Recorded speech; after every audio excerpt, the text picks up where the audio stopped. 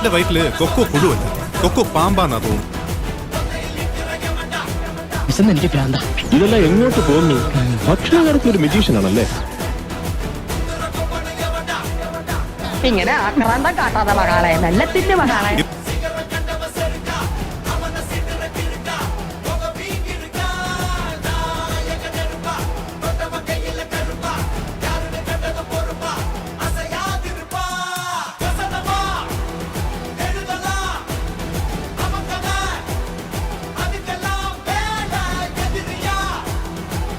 എന്താണെന്നറിയില്ല ചേച്ചി, ഇപ്പൊ എത്ര കഴിച്ചാലും വിശപ്പില്ല.